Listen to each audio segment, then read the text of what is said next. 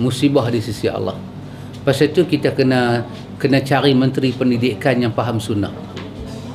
Sebab apa? Pendidikan itu penting. Dan kita juga kena cari orang-orang yang menjaga agama itu yang faham sunnah. Kita dah lama dah dengan cara-cara lama kerana cara pendidikan. Sebab pendidikan kita tak pisah daripada unsur sufi dan tarekat. Sufi dan tarekat tak akan pisah. Pasal itu pelajaran kita tauhid, fiqh, tasawuf. Tauhid, fiqh, tasawuf. Itu pelajaran kita. Dan semua ni ambil di mana? Semua ni ambil daripada cabang Syiah. Syiah Ismailiyah. Syiah yang paling dekat dengan kita Ismailiyah. Syiah yang pengaruh sufi dia tinggi. Dia tak datang dengan maki Abu Bakar, dengan maki Aisyah dah. Dia datang dengan berzikir. Dia datang dengan marhaban. Baru ni kita baca Pak Mik kan? Dia datang dengan marhaban. Siapa nak tolak marhaban? Tapi baru ni kita dah tunjuk buku marhaban, muka surat berapa, dah tunjuk dah ini hadis palsu. Ini hadis palsu. Ini hadis palsu. Yang kata hadis palsu ni semua bukan kita, tapi siapa dah? Ibnu Hajar Asqalani telah menyebut hadis itu palsu. Pada zaman dia hidup lagi, dia kata hadis itu palsu. Dia ini mazhab besar dalam mazhab Syafi'i, imam besar yang mensyarahkan Sahih Bukhari kepada 18 jilid. Dia syarah Sahih Bukhari, dia kata hadis itu palsu. Kita kata Ibnu Hajar hebat, ilmu dia hebat. Yang dia kata palsu, kita duk riya dalam marhaban. Kita riya, kita tak sedar diri, kita lupa diri. Kenapa? Kerana ini masalah dia. Masalah dia aliran pengajian. Kita mengaji akidah dengan aqidatun najin, Mu'tazilah punya. Mu'tazilah punya. Kita mengaji akidah daripada Durus Samin, daripada Bakuratul Amani. Pondok baca Mu'tazilah punya akidah. Kita mengaji fiqh yang tak ada asas. Janji yang cakap tu tok guru, dalil tak penting. Yang penting dia tok guru. Maka kita ada pengaruh Syiah. Apa dia? Dia punya imam-imam dia. Imam dia cakap adalah agama. Jangan persoal nama imam. Bila kita kata tok guru ni kata menyalahi sunnah, hang siapa? Dia tanya soalan, dia ambil hujah Syiah mai kat kita. Hang siapa? Hang mengaji pondok mana? Berapa buku dah hang tulis? Hang sembahyang tahajud berapa kali sehari? Dia kata sehari sekali aje lah. Tahajud nak buat berapa kali? Pak Mik sehari sekali lah. Tok guru aku sehari 4 kali tahajud. Ui, sehari berapa kali malam? Yang dia nak buat sampai 4 kali. Dia bawa hujah-hujah Syiah betul. Kita dalam Ahlus Sunnah, hatta imam mazhab cakap yang tak sama dengan sunnah. Para ulama hadis kata, yang ni tak payah amal. Yang ni tak payah amal. Itu prinsip Ahlus Sunnah. Beriman pada Allah dan Rasul. Terima Allah dan Rasul. Syiah tidak. Syiah adalah imam. Imam mereka adalah maksum. Pasal tu kalau imam kata ya, walaupun nas dalam Syiah kata tak boleh, pakai cakap imam, bukan pakai nas. Kerana imam boleh berhubung dengan Tuhan. Itu Syiah punya hal. Pelajaran itu dia masuk sikit demi sikit. Saya dulu ada pengalaman dengan Tok Guru, tapi saya tak boleh sebut lah. Dia kalau naik motor selalu nampak kepala lutut, tapi dia pakai serban. Dia pergi sembahyang jemaat, mesti nampak kepala lutut. Dia selok kain tu sampai ke atas. Dia bawa motor dengan dia isap rokok ni lah. Rokok apa tu, kampung ni kan, rokok daun, tembakau Jawa. Bro, siapa tak berani tegur dia? Siapa?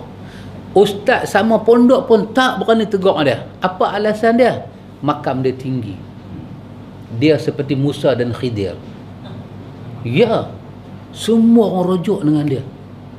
Dia diangkat jadi tok guru. Tapi menyalahi syariat, orang tak berani tegur. Pasal apa? Pengaruh tasawuf Syiah. Pengaruh tasawuf Syiah. Begitu hebat. Bolehkah kedudukan kita? Kalau halal pada satu orang, halal pada semua orang. Haram pada satu orang, haram pada semua orang. Tak.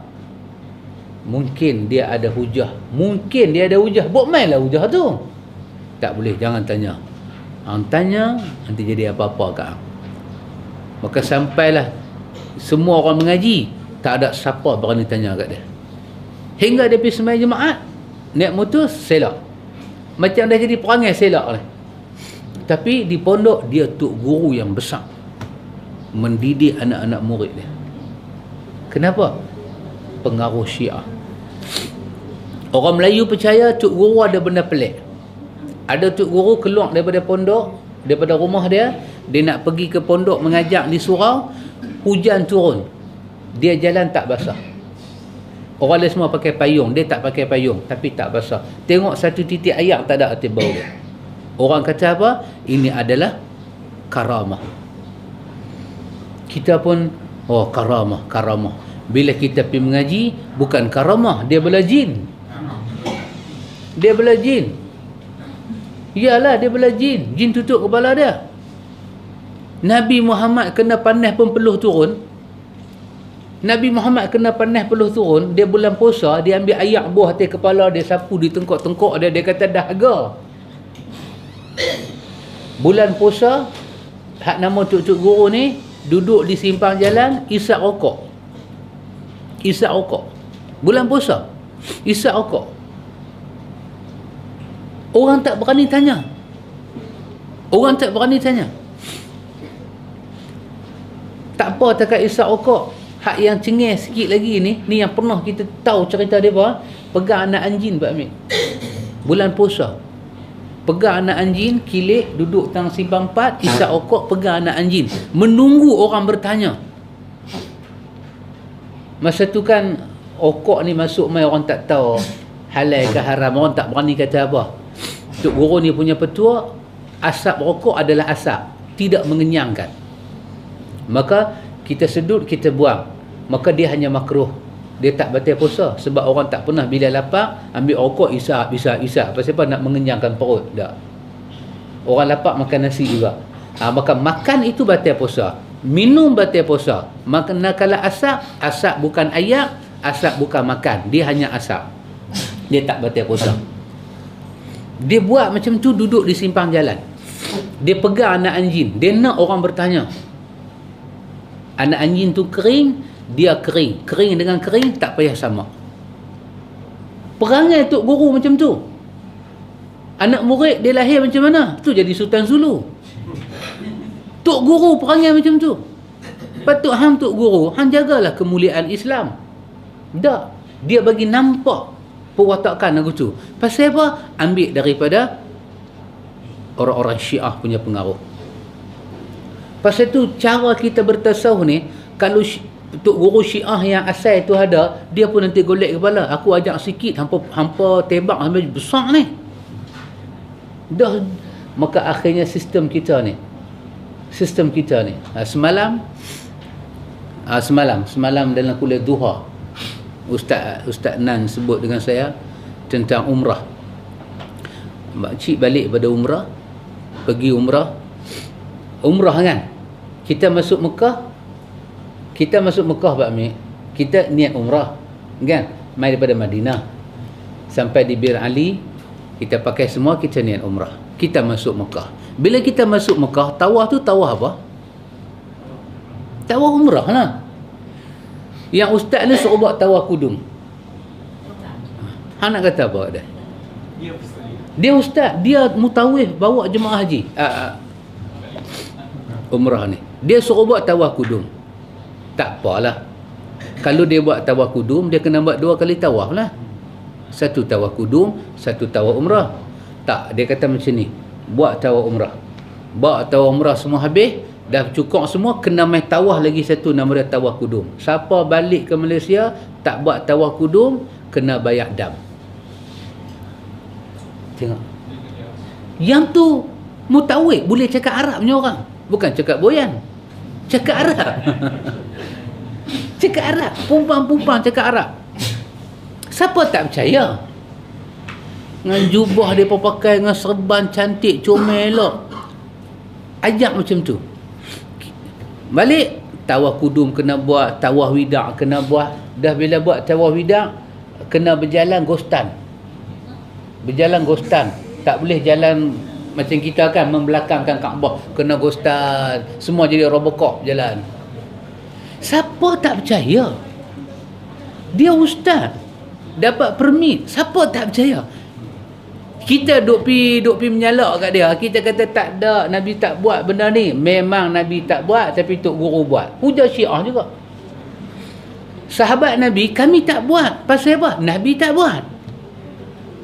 Kan kita selalu contoh saya bagikan dalam Sahih Bukhari bab sembahyang witir. Abdullah bin Umar tanya kepada rombongan dia yang hilang. Hampa pergi mana? Dia kata apa? Kami keluar daripada isyak tadi, kami tak sembahyang witir lagi. Ni dekat nak subuh dah.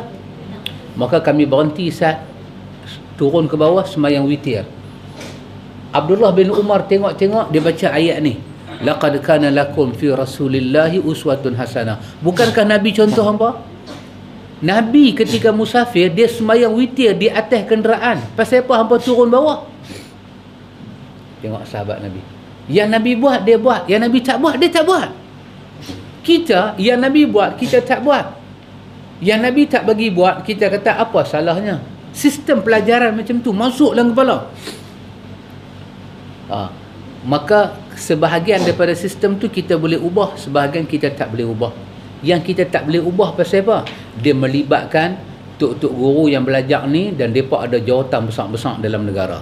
Hak ni kita tak boleh ubah. Melibatkan orang jadi menteri pendidikan, kepala otak dia macam mana? Kalau menteri pendidikan tu ada kepala tasawuf, ada kepala sufi, habis jahanam lah pendidikan itu. Dia akan kekalkan cara lama. Tapi kalau kepala otak dia sunnah, dia akan ubah. Dia akan ubah sistem pendidikan daripada hari ke hari, masa ke masa. Dia akan ubah. Tapi apa yang kita boleh buat? Yang kita boleh buat, kita terang dalam bentuk majlis ilmu. Dengan dalil, dengan hujah. Apa kewajipan kita? Dah bila kita tahu semua, kita mesti buat apa yang kita tahu. Apa yang kita tahu. Saya ingat satu contoh dululah. Itu ustaz kita, ustaz ustaz ni apa? Ustaz Yusin Yi. Dalam satu ceramah adalah dia cerita dia nak dakwah dekat satu Cina. Jadi dia masuk kedai Cina tu. Cina tu tahulah dia masuk Islam. Jadi dia pun buat beli-beli barang. Cina tu tahu dia masuk Islam. Cina tu tanya satu soalan kat dia. Cina tu kata dalam bahasa Cina lah. Dia cerita dalam bahasa Melayu lah. Cina tu kata, nak tanya satu, you ada masuk Islam ke? Ada. Dalam Islam ni hutang ada wajib bayar ke? Cina tu tanya kat dia. Hutang ada wajib bayar ke? Dia kata dekat Cina tu, tidak ada agama dalam dunia ni yang kata kalau hutang tak bayar, mati syurga tak boleh masuk walaupun syahid. Islam saya cakap itu macam. Pasal apa? Hutang adalah hak manusia, kena jelas. Kalau mati, Ustaz Husin cerita betul je lah. Lepas tu Cina tu tarik laci, berkeluar buku 3-5. Dia buka-buka, semua tak bayar hutang. Ahmad, Mahmud, Mustafa. Nama Cina tak ada, nama Melayu yang tak bayar hutang. Ini macam ke? You punya orang.